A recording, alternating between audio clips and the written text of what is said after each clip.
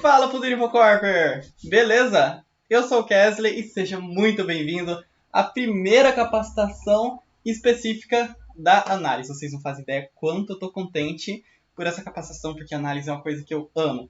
E eu tô virando aqui um youtuber já profissional. Olha só. Olha essa iluminação. Ó. Ah, moleque! Então, vamos lá. Essa apresentação, ou melhor, essa capacitação vai ser acompanhada da apresentação que nós temos na Infocorp, que é o manual do PO. Então, a gente vai conversar um pouquinho. Essa capacitação a gente não vai cobrar no processo seletivo. Eu escolhi deixar ela nessa segunda semana, porque ela é bem específica e o pessoal que está querendo somente desenvolvimento não precisa ter esse tipo de conhecimento tão específico, certo? Então, vamos lá, eu vou jogar a apresentação aqui na tela. Então vamos lá, o manual do PO. Algumas coisas eu vou passar mais rápido nessa apresentação, porque a gente já viu nas capacitações passadas, como o Scrum, como o processo de desenvolvimento de software. Então, a gente vai falar aqui, vai dar bastante foco na questão do relacionamento com o cliente. Primeiro, quem é o PO? O PO é um papel do Scrum, né? E que normalmente é ocupado por um analista. Eu digo normalmente porque algum dev pode acabar ocupando esse cargo, dependendo bastante do projeto.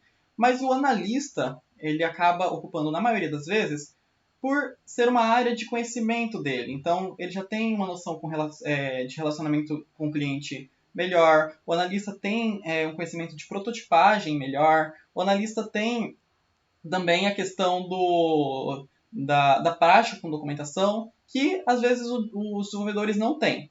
Então, normalmente, mas não exclusivamente. O Product Owner, ele é o principal responsável pelo projeto, ele é a pessoa que vai chefiar aquele projeto. Se o projeto der certo, é graças ao PO. Se o projeto der errado, é graças ao PO. Seguindo adiante, quais são as atribuições do PO? Reunião com o cliente, documentação de caso de uso, protótipo de alta fidelidade, termo de abertura do projeto, reunião com os devs, a priorização de issues no backlog e controle, validação e entrega. Então, quando uma demanda é atribuída a um PO, qual que é a primeira coisa que ele faz? Reunir com o cliente. Ele pode reunir virtualmente, nessa pandemia está sendo totalmente virtual, né? Ele pode marcar uma reunião presencial na Infocorp, acontece às vezes, ou na empresa do cliente, ou em algum café, fica aí a cargo do PO e do cliente decidirem. E quais são os focos dessa reunião? 3. Conhecer o cliente, conhecer a ideia do cliente e conhecer o negócio. Então, o PO ele precisa ter uma ideia de qual é a estrutura de uma empresa, como a empresa funciona, para ele conseguir ter a sacada. Principalmente no caso de clientes que estão pedindo um sisteminha de gestão, porque o PO precisa ter esse entendimento de como que funciona as estruturas organizacionais. Então, nessa primeira reunião, você precisa entender quem que é ele, de onde que ele veio, se ele é aqui de Cuiabá mesmo. A gente costuma não pegar projetos fora de Cuiabá, mas você acaba estabelecendo um vínculo maior com esse cliente. É muito importante isso, porque o cliente vai se abrindo aos poucos. Se você já chega no cliente e fala, então, o que você está querendo? O cliente pode acabar ficando um pouco, sabe, envergonhado, um pouco tímido. Então, você bate um papo ali antes com ele, pergunta de onde ele é, pergunta como ele abriu a empresa, essas questões. E, principalmente, como que ele descobriu a Infocorp? É sempre demais a gente entender como esse cliente descobriu a Infocorp. Às vezes é por indicação. Tenho muitos clientes que vêm para a Infocorp através dos próprios membros. Então, um membro da Infocorp fala, eu trabalho em uma empresa de desenvolvimento. Daí a pessoa fala, que legal, eu estou precisando disso. E aí esse cliente acaba vindo para a gente. Isso é bem interessante. Segundo ponto, conhecer a ideia. Então, o que ele está precisando? Ele provavelmente vai estar animado com a ideia. Então, ele vai falar muita coisa e você fique anotando atenciosamente. Mas, claro, também não fica só anotando e falando, o que mais? Mas estimule a conversa, sabe? Dentro dessa função, o que você está pensando? Como eu disse em uma das capacitações anteriores, o cliente ele entende muito mais pelo que ele vê. Então, ele visualiza esse produto pela interface. Então, conversa com ele usando a interface gráfica mesmo. Você pode falar com ele em tal página. O que você espera? Você pode conversar de cor. Você vai formando aqui inicialmente um brainstorming junto com o cliente. Eu gosto sempre de pedir também para os clientes trazerem alguma referência que ele tem. Porque o PO é a pessoa que vai fazer o protótipo, né? Então, se ele traz uma referência que ele já tem, você consegue entender a pegada desse cliente. Esse cliente é um pouco mais minimalista.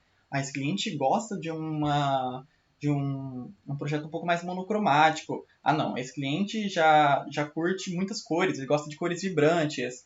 E, principalmente, o terceiro ponto, conhecer o negócio. Só voltando aqui na ideia. Nessa etapa que você entende se o cliente está querendo um sistema de gerenciamento, se ele está querendo um website, se ele está querendo um aplicativo mobile. É nessa etapa de entender a ideia do cliente que você consegue ir filtrando qual que é o tipo de projeto que vai ser desenvolvido. E por último, conhecer o negócio. Qual que é o tipo de negócio? Como que funciona essa empresa? Quais são os processos? Você pode pedir um fluxograma, às vezes a pessoa não tem, mas você pode ir desenhando junto com ele. Ou um organograma, quem que é o chefe? Você vai entendendo assim, com isso, as partes interessadas no projeto também. É importante falar aqui o seguinte, isso tudo você talvez não obtenha em uma reunião só. Eu costumo fazer em média umas 3 reuniões com o cliente para conseguir todos esses pontos. Uma observação aqui, é sempre importante, durante essas reuniões, você escrever uma ata. Falei também em uma das capacitações que não precisa ser aquela ata super formal. Aos 12 de novembro... Não. Você faz um esboço ali, depois usa o modelo que a gente tem e deixa formatadinho, certo? Tá. Um ponto muito importante dessa conversa com o cliente é que você vai negociando já qual vai ser o MVP. Então, desse projeto, desse tanto de ideia que ele tem, o que é mais importante? O que a gente prioriza para fazer um MVP? Então, dessa ideia de sistema de gestão do cliente, qual que é o principal foco? A minha maior dor aqui, cara, é a questão de cadastro de cliente, ou então emissão de nota fiscal. Então, tenta ir fazendo as partes mais importantes para dividir isso em entregas. Expandindo um pouquinho mais, vamos falar mais detalhadamente sobre essas informações que você precisa obter do cliente. Os requisitos. Quando a gente está falando de engenharia de requisitos, a gente tem os requisitos funcionais e os requisitos não funcionais. Os requisitos funcionais são aquelas funções que o sistema precisa desempenhar. Então, coisa como, quero um CRUD de clientes para fazer o cadastro, para fazer alteração, inclusão de dados. Quero um CRUD de fornecedores. São requisitos funcionais. Requisitos não funcionais por exemplo, preciso que esse sistema seja responsivo. Preciso que esse sistema, quando for fazer o cadastro, seja rápido, porque eu tenho muito cliente para cadastrar. Então, os requisitos não funcionais, apesar desse nome que não é muito bem explicativo, requisito não funcional, eles são aqueles requisitos que estão ligados à aplicação de uma maneira mais relacionados à usabilidade. Inclusive, isso é muito importante. Eu estou com uma cliente que ela tem pouca noção de tecnologia. Ela tem uma dificuldade mesmo com tecnologia e ela precisa de um sistema de gerenciamento. Então, eu levo em consideração essa dificuldade que ela tem para fazer um sisteminha de gerenciamento que seja fácil para ela. E não que ela tenha que fazer um curso para aprender. Então, isso é um requisito não funcional. Questão de segurança também é um requisito não funcional. São aqueles requisitos que estão ligados mais ao desempenho, vamos pensar assim, da aplicação. A business case também. Essa business case ela é uma análise um pouco mais aprofundada que você vai fazer do negócio. Então, você vai fechar aquela reunião com o cliente e vai dar uma estudada na demanda do mercado, a necessidade da organização naquilo, levar em consideração o avanço tecnológico. Então, por exemplo, recentemente, com a pandemia, está aumentando muito mais a necessidade de pedidos. Através de um aplicativo, faz um pedido para o restaurante. É um avanço tecnológico. E uma necessidade de natureza social. É interessante você levar tudo isso em consideração durante esse período de análise. Os acordos são essas negociações que você tem com o cliente para iniciar o projeto.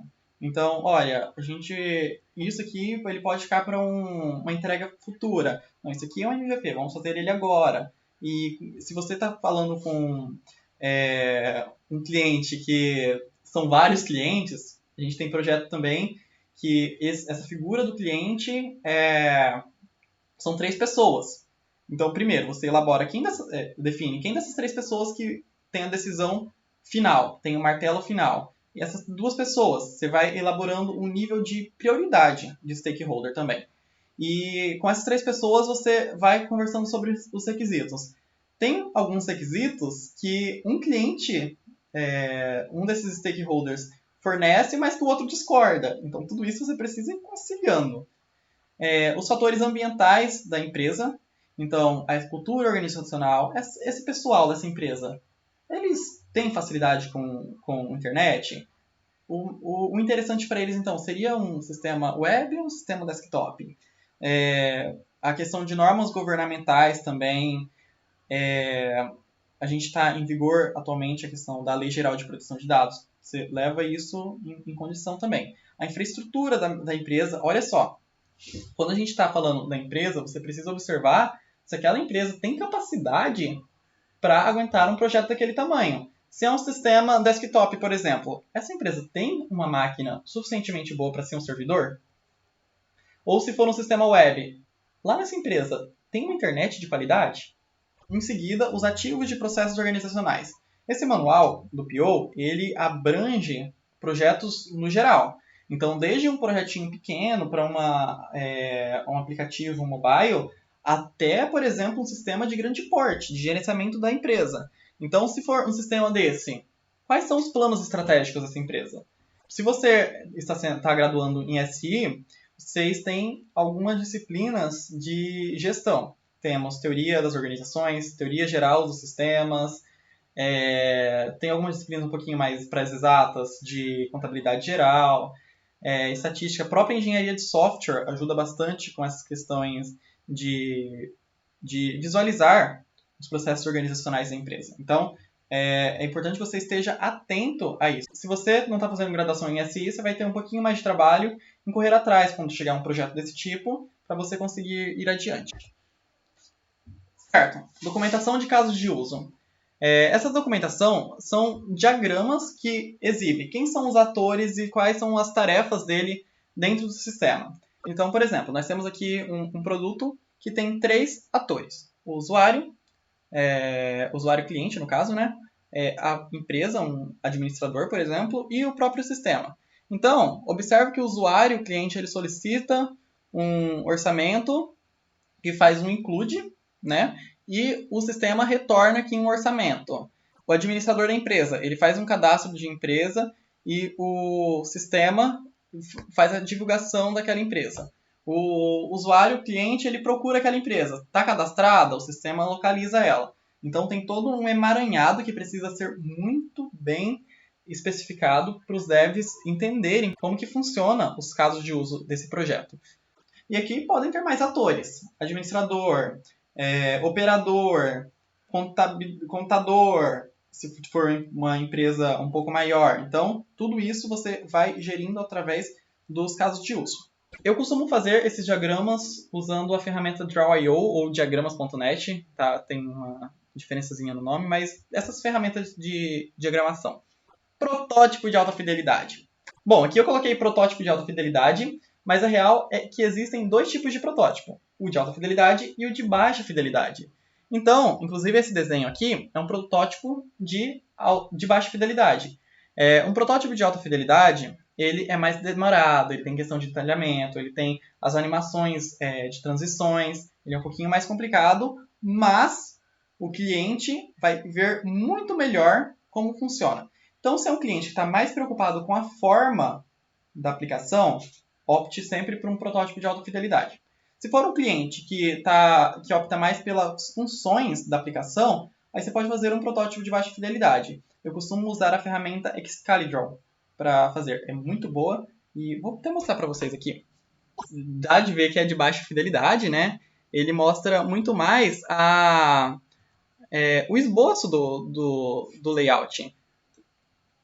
Então você vai variar, você vai optar se usa um protótipo de alta fidelidade ou de baixa fidelidade de acordo com o projeto. Para a nossa seleção, aqui no Bootcamp, a gente vai fazer o protótipo de alta fidelidade, que é isso que a gente quer avaliar em vocês. Então, vocês vão usar o Figma. Deixa eu mostrar aqui o Figma para vocês. Observe que ele é muito mais carregado de detalhes. Inclusive, a nossa aula sobre Figma já está pronta. Eu inverti um pouquinho as ordens na gravação, mas vocês vão ver como eu construí esse protótipo. Olha só. Então, vocês observaram, né? O protótipo de alta fidelidade, ele já está todo carregado de detalhes e os devs vão fugir muito pouco do que está prototipado aqui. Protótipo de baixa fidelidade fica mais a cargo do desenvolvedor definir certinho qual que vai ser o layout. Isso tudo o PO define de acordo com o projeto. Ó, vamos chegar aqui. E chega aqui comigo. O protótipo você pode iniciar o quanto antes. Assim que você estiver entendendo já, você pode iniciar o protótipo, você pode até mostrar para o cliente. Mas eu recomendo que ele só seja finalizado após a aprovação do termo de abertura de projeto. Por quê? É só após essa documentação que aquela demanda se torna um projeto. Até então, é uma demanda. O cliente pode não aceitar esse projeto e aí você fez um protótipo inteiro à toa. O protótipo é uma coisa demorada para se fazer. Então, conforme você for fazendo as reuniões com o cliente, você pode ir esboçando alguma coisa, você pode iniciar um protótipo de baixa fidelidade para o cliente ver a coisa, né? Mas é interessante que você só finalize esse protótipo quando o termo estiver assinado.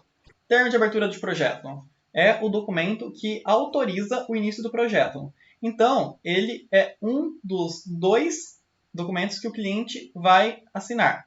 Então, o cliente assina o termo de abertura de projeto e assina o contrato. O termo de abertura de projeto ele está especificando como o projeto vai ser guiado, gerenciado. E ele acaba definindo também a relação entre as pessoas envolvidas no projeto. Então, quem que é o cliente? Quem que é o responsável pelo projeto? Quem que é o time? É bem interessante também. Só que daí, como eu cito aqui, além dele, a gente tem o contrato que especifica as questões jurídicas. Antes de passar para a próxima atribuição, eu vou falar uma que não é uma atribuição oficial do PO, mas eu sempre opto por fazer isso em projetos maiores, que é a modelagem do banco de dados. Essa modelagem ela pode ser feita com o cliente, principalmente se o cliente tem um conhecimento um pouquinho da área. Mas se não, você pode explicar para ele o que significa cada coisa, que ele vai entender também. Ela define quais são os atributos de cada entidade. Por exemplo, a minha entidade cliente. Quais são os atributos do meu cliente? Meu cliente precisa ter nome, CPF, data de nascimento, nome do pai e nome da mãe. Vamos supor isso. E você pode falar com o cliente de uma maneira mais fácil. Falar, essa aqui é a tabela cliente. Essas informações que a gente vai pedir para o cliente. É interessante porque o cliente acaba te ajudando a formular o banco de dados. É claro que o pessoal do desenvolvimento tem uma noção muito maior de banco de dados, mas o cliente acaba te dando mais informações. Assim. Então, se é um projeto mais complexo, eu sempre gosto de ir montando esse modelo, essa modelagem com ele. A próxima atribuição é as reuniões com os devs. Não só isso, o PO precisa guiar essas reuniões.